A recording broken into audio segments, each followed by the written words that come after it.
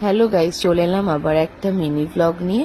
দিনটা ছিল আমার বার্থডে, আর দিনটা আমি শুরু করলাম জিরা জল দিয়ে। তারপর একটু এক্সারসাইজ করে নিয়েছিলাম। তো দেখো, তারপরে ওয়ার্কআউট করে এসে আয়নার সামনে এসে কেক মারছি।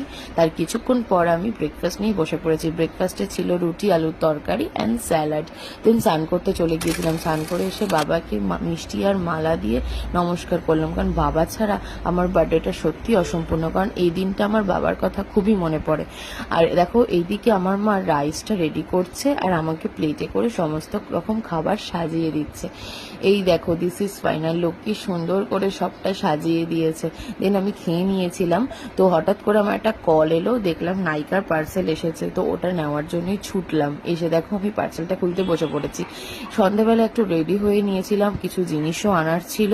তারপরে আমি কেকটা আর জিনিসটা নিয়ে দেখো চলে এসেছি, খাবারগুলি নিয়ে। আর আমার বাড়িতে তখন সবাই চলেও এসেছিল।